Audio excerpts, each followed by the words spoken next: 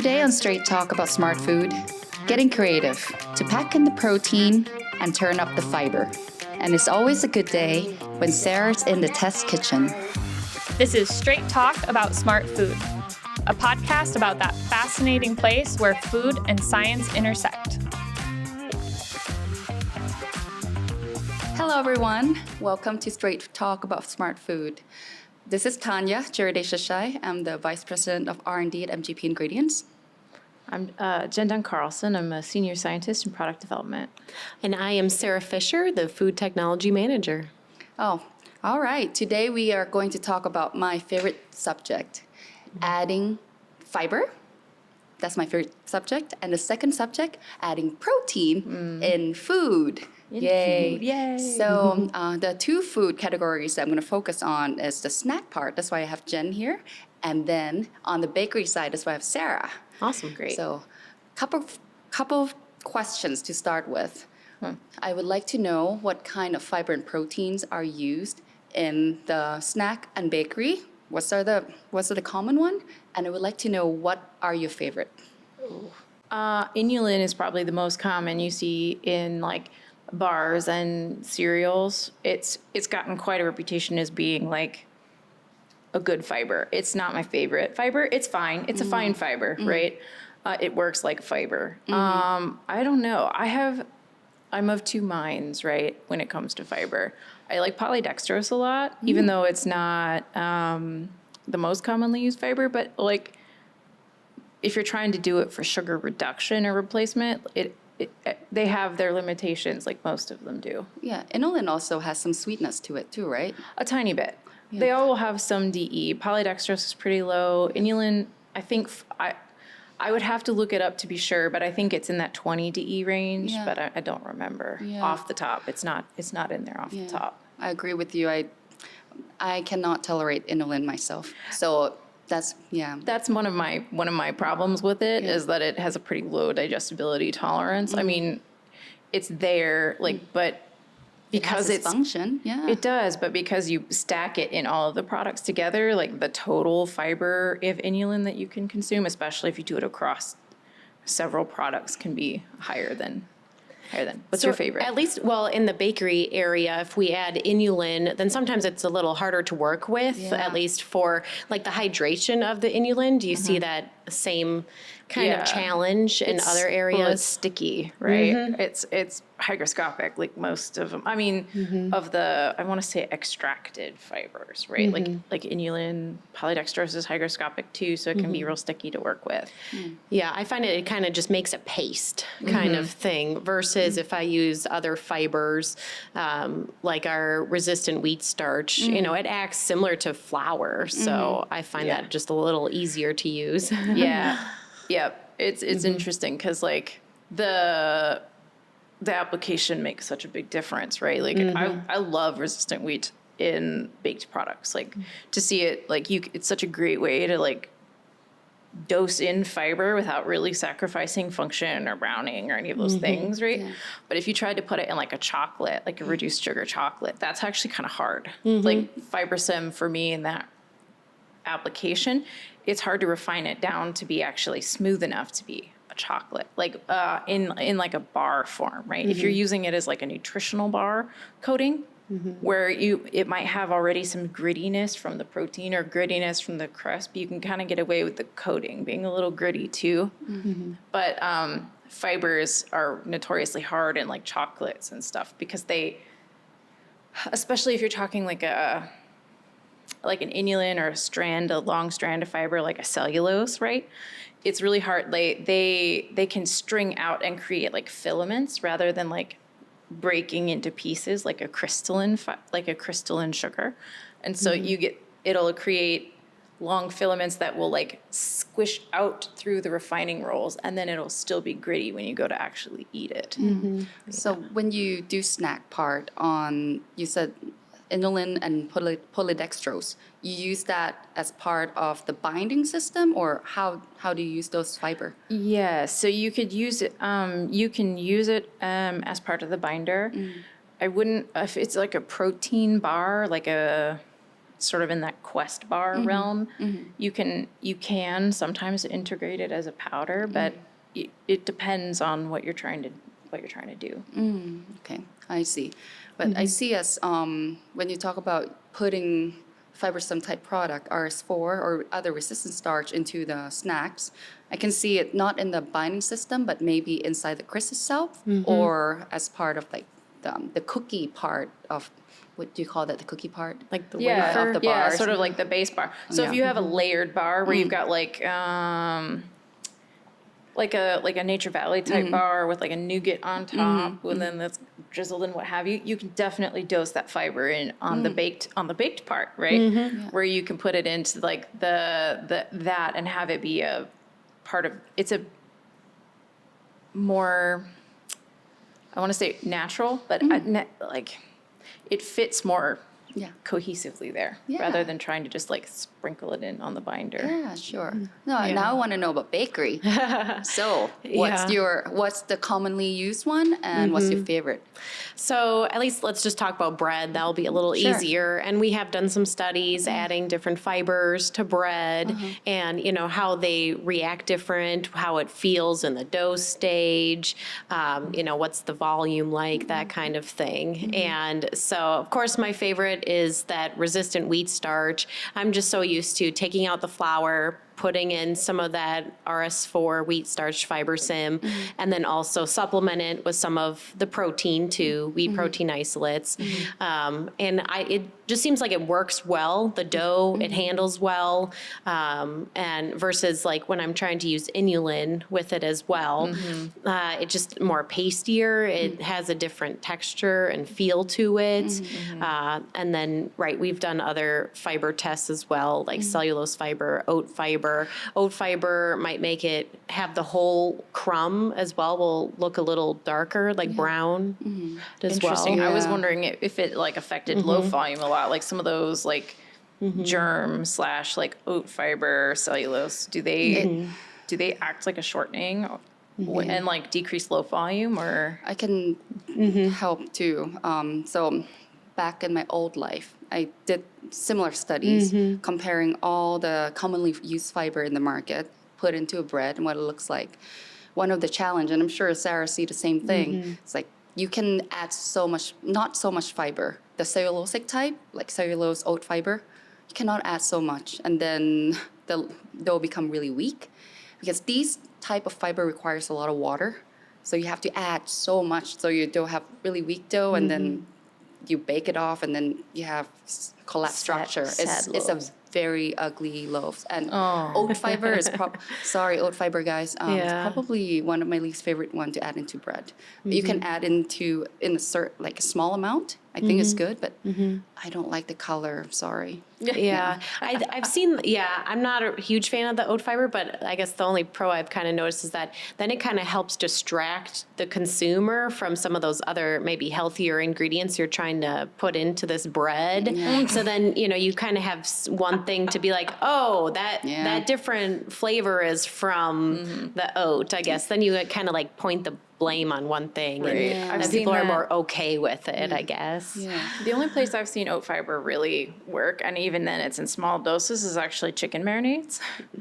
Yeah, because you can, when you're trying to reduce like phosphates or MSG not necessarily MSG, but phosphates, you can use that oat fiber, and because it has that long cellulosic structure, I think they might be able to get away with like citrus fiber too, but it creates that like filamental sort of like fibril-like structure that around the muscle fibers in the chicken when you vacuum tumble it. And so it kind of mimics that juiciness, kind of that bite that muscle meat has when you're trying to replace phosphates or reduce phosphates. But that's my only favorite way to put Fiber is good in pasta. Fibers are also extremely amazing in pasta, but we're not talking about pasta today. Now I want to know a little bit more about on the protein side. So, what's the commonly used one for snacks? For snacks? Yeah. The two big ones are soy and whey, or Why? complete protein. Soy is cheap also. Whey is cheap, great, because it can be value add out of milk. and cheese production. So whey also is a pretty bland flavor.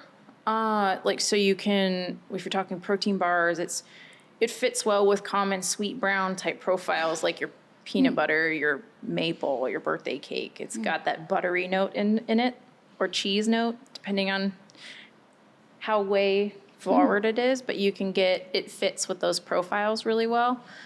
Soy is also, I think, it's been the longest used outside of whey, and so it has that familiarity.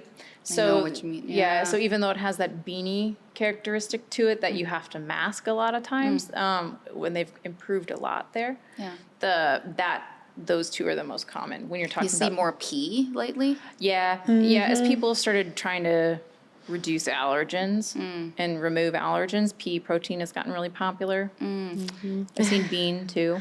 So what's your favorite in snack then? Whey, usually. Whey, really? Yeah, if you can handle the lactose, it fits really, like I said, it fits well with a lot of those sweet indulgent profiles that people like. I like, it's pretty easy to function, like it functions well. It doesn't get super powdery. Like I think it ages pretty well too. So it doesn't get cardboardy or bitter as bad. That's what I was wondering on the functionality of some of those proteins and snacks like whey and soy, or what are you looking for functionally from those proteins to provide? Well, like I guess in a bar, you want it to be like pliable and you want it to be like soft so that when you bite in it, it's not like cohesive. It doesn't stick to your teeth. And a lot of this is in the formulation too, right? So like if you use a really low DE corn syrup, it's going to be like over time, it's going to get really hard. And that's one of the drawbacks with polydextrose is that even though it's a crystalline fiber, so like it has that crystalline melt and glass transition so it can reset sort of like sugar does. It's almost harder than sugar. And so it gets, at least that's how it feels. And so it gets brittle over time, gets hard over time. And so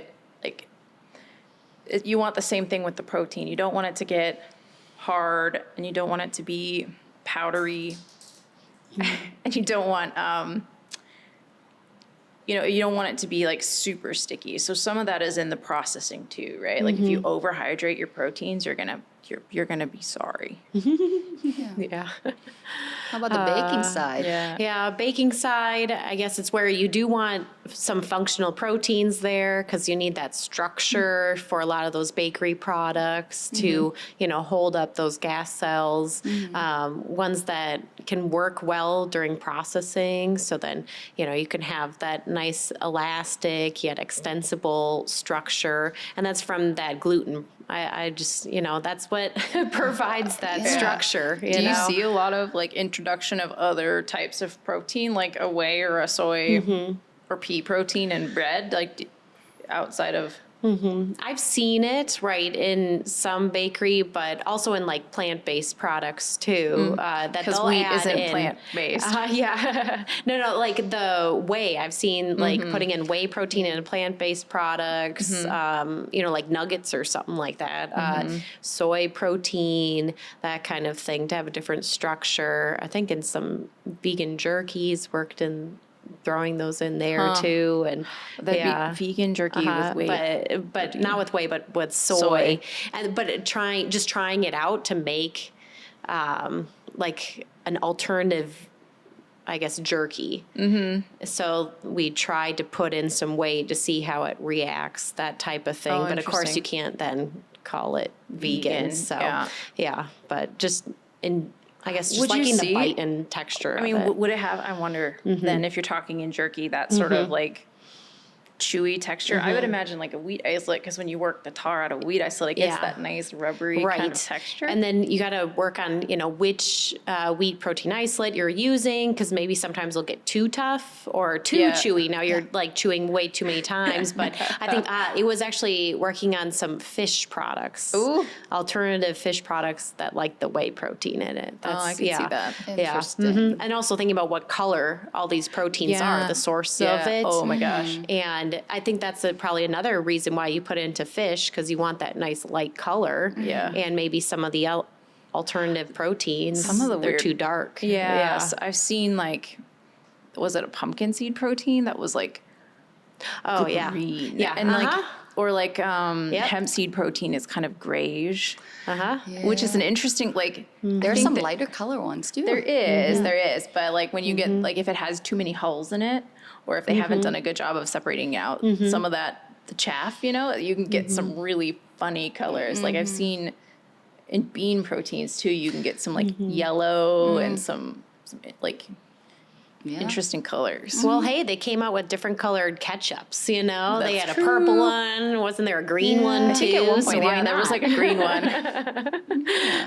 So those would work perfectly. And I think it depends on application too, right? Like if you're gonna put it in a bowl and eat it with milk like cereal, right? Like in your Kix realm, it's really good. Your grayish is not a good color for cereal, like in a bowl. But if you're putting it in a bar, covering it in chocolate, and you're just eating it, I think then there might be some more tolerance. Yeah. Yeah. Yeah. So when I'm adding protein to bakery products, then I'm thinking I need some functional proteins in there to actually build the structure, support the structure kind of thing.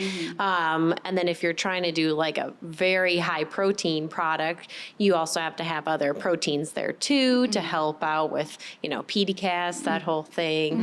And so that's where I'll look at those other alternative sources of proteins. So looking at kind of like the soy protein. I guess I haven't done a whole lot with the whey in that just because a lot of times they want just plant-based ingredients in the products. So What's the highest protein bread that you've seen, like that you've gotten to when you're doing some of these tests?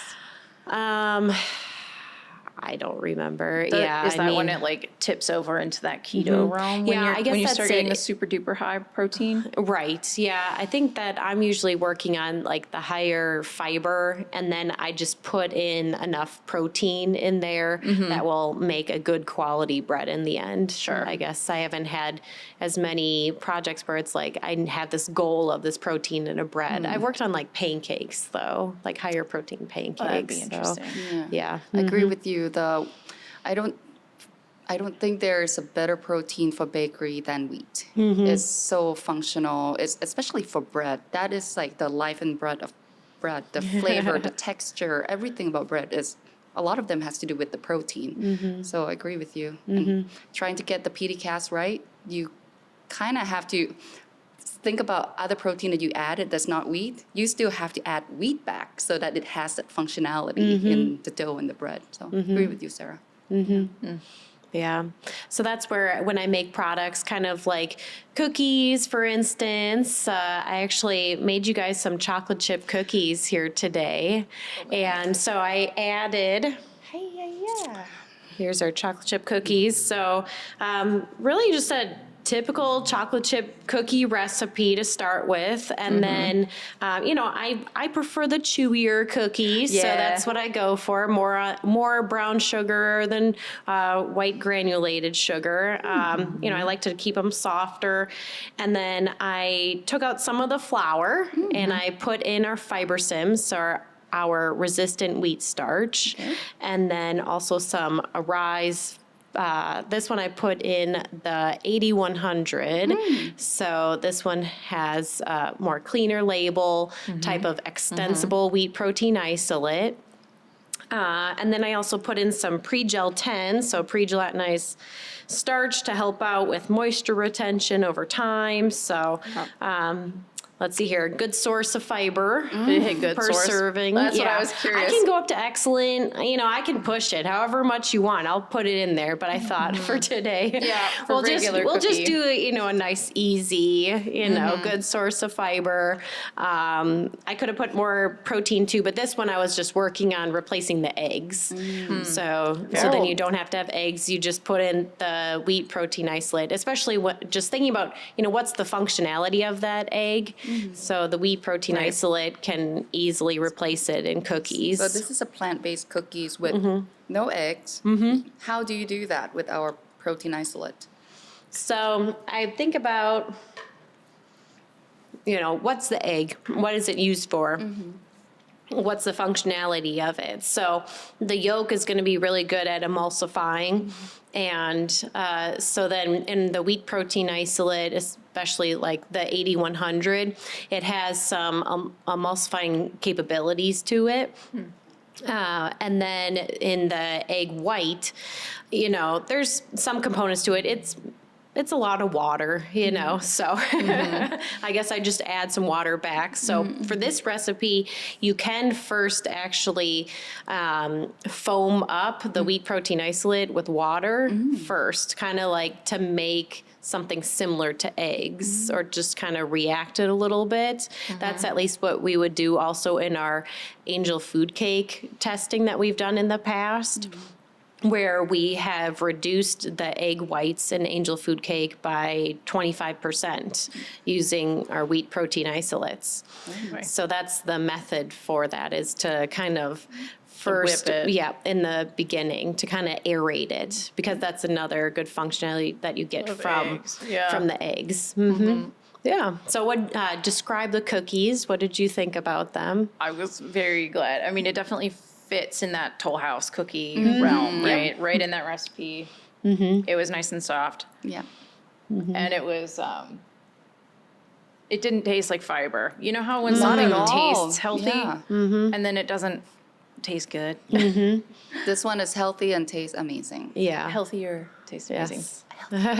And that's what I'm always trying to go for, like people not even noticing the difference of the cookies, but here you have, a good source of fiber, a little bit more protein in it. If you have someone that is, staying away from eggs and milk, that kind of thing, then this works for them too. That's excellent. Yeah, I good. definitely know people that are like dairy, like not just lactose intolerant, but like straight dairy allergen. And so Yeah. anytime you can get like a dairy-free And cookie, egg-free, my brother cannot Yeah. eat eggs. Oh, so, yeah. Yeah, so this would work. Yeah. Good. Sarah, can you talk a little bit more about our wheat protein isolate and how it can help in egg replacement? What are kind of applications that it can be used? So cookies and angel food cakes, right? Also some other layer cakes too. We've worked on those. Trying to think if I remember all of them. Really, anywhere that you have that egg in a bakery product, we use can it at all. least reduce it. I'm not going to say that I can replace it 100% like I did here in the cookie, but it's definitely possible to reduce it. It's awesome. well, that'd be nice because egg prices fluctuate with the avian flu. And again, the price of eggs is going up. Yeah, every time we think it's going down, we just keep. I mean, like- it feels like it's yo-yoing at It this is. point. Yeah. Yeah, and so that's where, with the egg prices going up, and also even if you have liquid eggs or dry eggs, I've been replacing both of them, doing that in studies too, just to help prove that it can replace. Yeah, that helps with the allergen, the price, more consistent supply chain. So, cool. Well, this has been so much fun, Sarah and Jen. Thank you for joining me. And Sarah, I need more cookies. For sure. Many more. So this is Straight Talk about smart food. Thanks, everyone. MGP's food scientists are here to solve your culinary challenges. Contact us to discuss how we can help provide delicious solutions for you. Go to mgpingredients.com and click Contact Us. This podcast does not constitute professional advice, nor does it constitute any terms, guarantees, warranties, representations, or conditions to podcast listeners regarding MGP products and services.